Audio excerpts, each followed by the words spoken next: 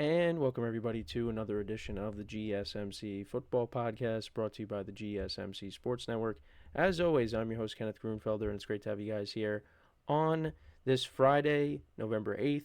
We have a lot to talk about on the show today, but before I get into that, I just want to remind you guys, as always, to tip or donate, get your comments recognized. Make sure to hit that super chat button in the chat of any thought or comment you may have throughout the live broadcast. I will acknowledge it. Just makes the show more lively, more entertaining between myself, the host, and you guys, the viewers. We appreciate your guys' viewership each and every day, so any contribution you can make to the show means the world to us as we put out content for you guys each and every day. And also the other way to help out the show is by going to the link at the bottom of the show segment on the ticker, GSMCPodcast.net. That is GSMCPodcast.net. So let's get into what we were going to discuss today. So we're going to start off the show. We're going to recap last night's game between the Ravens and the Bengals. That was a great game. We'll talk about that. We'll also get into previewing a couple of games. In the second part of the show, we will preview the Sunday night matchup between the Houston Texans and the Detroit Lions. We'll get into talking about the Commanders and the Steelers in the third part of the show. And then the last two segments, we'll get into looking at the college football matchups for this weekend, take a look back at the games from last week, as well as previewing the NFL games. We'll take a look at the early slate of games and the late slate of games as well to finish off the show. So let's get into the first topic, which is discussing last night's game between the Bengals and the Ravens. So these two teams met earlier this year, and that was a great game. The Ravens winning that in overtime, and this game could have went to overtime, but it did not. And let's kind of just go through what happened. So the Bengals were up by a couple of scores in the second half. They were up 21-7. And the Bengals, they needed to win this game because, you know, they've kind of been playing catch up this whole year after getting off to a rough start. But, you know, they unfortunately ended up losing this game. And, you know, I blame the defense. The defense has not been good. The Ravens' defense, especially their pass defense, has not been good either. But the Bengals' defense all year has just not been a good unit. And, you know, this is a team that went to the Super Bowl a few years ago, and the defense was solid. But, you know, they've lost some guys in the secondary, and, you know, that did show, or that has shown over the course of this season. And it's just they're not the same unit that they once were. And that's put more pressure on this offense to score points. And the offense did score points. Joe Burrow had a great game, but they came up short. And, you know, they're 4-6 now. And, you know, they have an outside chance of making the playoffs. So, but let's kind of go through what happened. So the Bengals, they put together a very impressive drive right away to start off the game. They went 12 plays, 70 yards, a little over 5.5 minutes of time of possession, and Chase Brown from 1 yard out scored a touchdown. They did go for it on 4th and goal, but there was a defensive holding, so that put them at the 1, and they had another opportunity, and Chase Brown scored from 1 yard out. The Ravens then punted on their first drive. The Bengals did go for it. They went for it on 4th down a handful of times, and, you know, they finished on the night going for it on 4th down. If I could pull it up, they ended up finishing going for it on 4th down. They were 2 for 4 on 4th down, but questionable decisions on some of those 4th downs. But anyway, so after the Bengals turned it over on downs, the Ravens went down the field. They went 9 plays, 59 yards. And Lamar Jackson connected with Nelson Aguilar for a 6-yard touchdown. So that made it 7-7.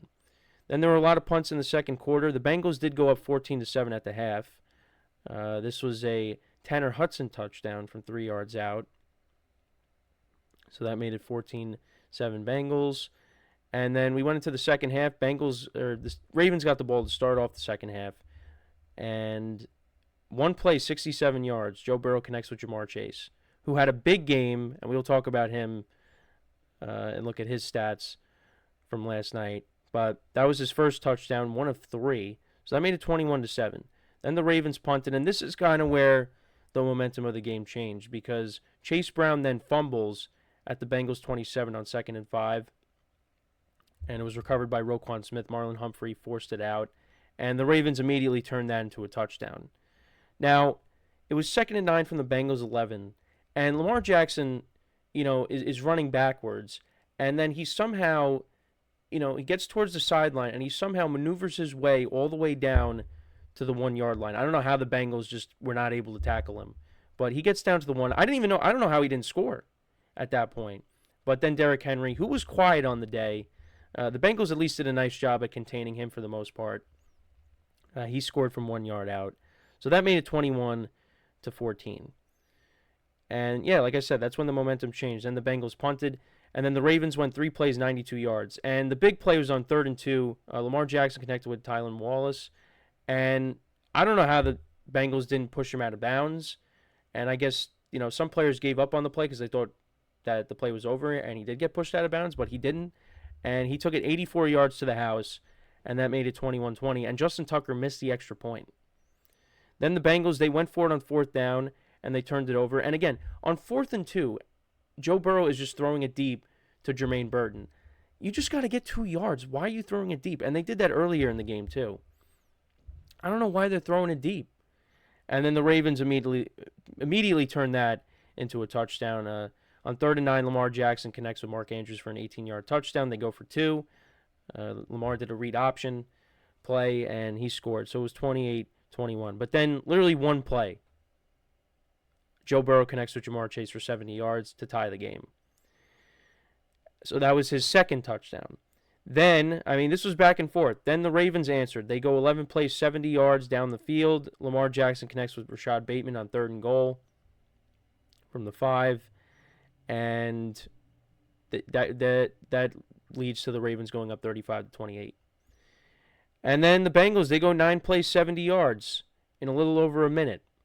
Burrow connects with Yoshi Voss on 4th and 10. Now, they reviewed it, and it was kind of similar to Dez Bryant where, he took a couple steps and then, fell to the ground and the ball kind of, moves around. But it was ruled a catch, and the drive continued.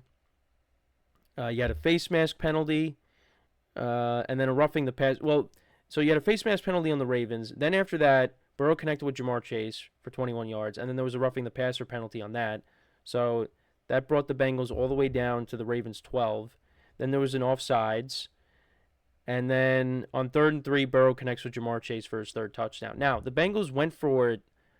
They went for the 2-point conversion. And at first, who I was watching it with, we thought, are they just trying to get them to jump so it gets them closer? And then they actually did end up going for it.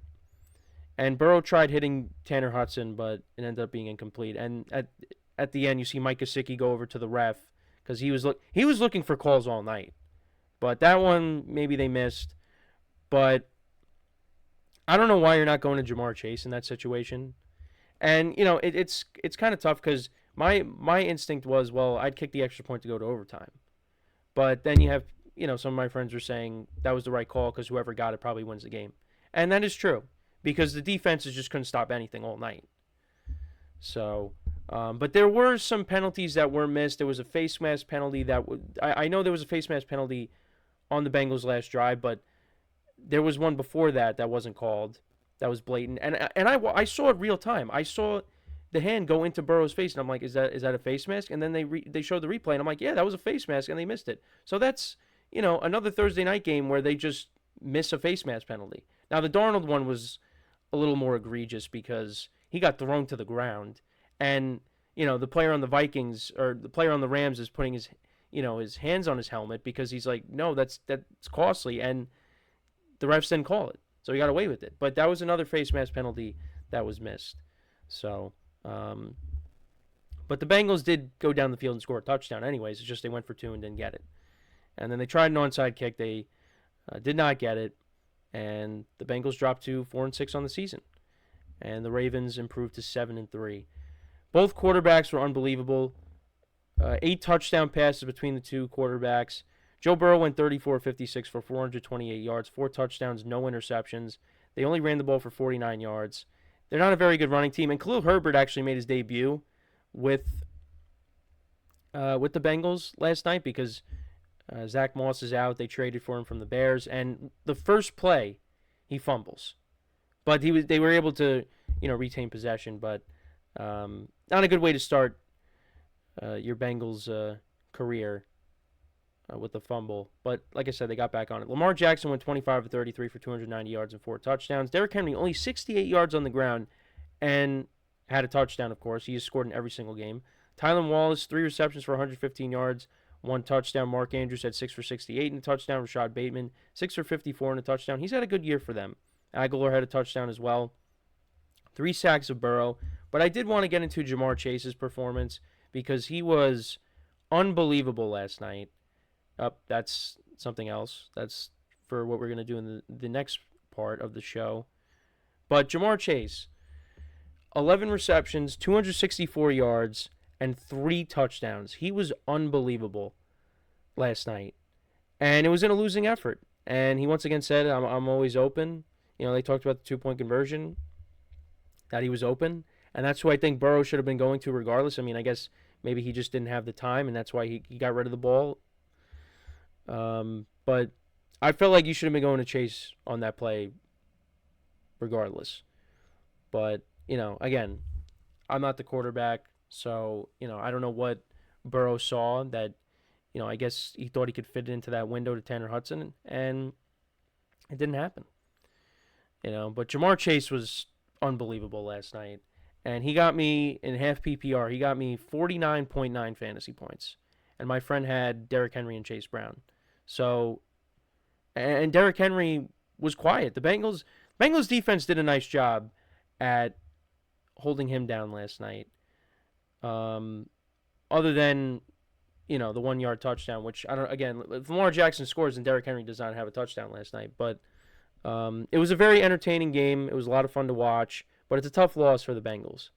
They're 4-6 now. They could still make a run, but their defense is not getting it done. And they've gotten into 2 shootouts with the Ravens, and they've lost both of them. The turnovers have been costly, but they blew double-digit leads in both games. The last game it was a 10-point game. It was a 10-point lead, and this was a 14-point lead. So, that's a problem. They should have at least won one of these games, in my opinion. They could have won both, maybe, but I think at least should have been a split. So I did end up taking the Bengals with the 6.5 last night, and it was looking great. Then it wasn't looking good because then the Ravens scored a touchdown to take the lead, and then they went for 2, and then the Bengals weren't covering. But Joe Burrow and Jamar Chase made sure to cover. So at least I got that, but I did have the Ravens winning last night, and that they did. But let me know what you guys think about this game. What were your takeaways from it? Let me know in the comments. So we are going to take our first break of the show. When we come back, we will preview the Sunday Night Football matchup between the Lions and the Texans. So with that being said, stick around, and we'll be right back here on the GSMC Football Podcast.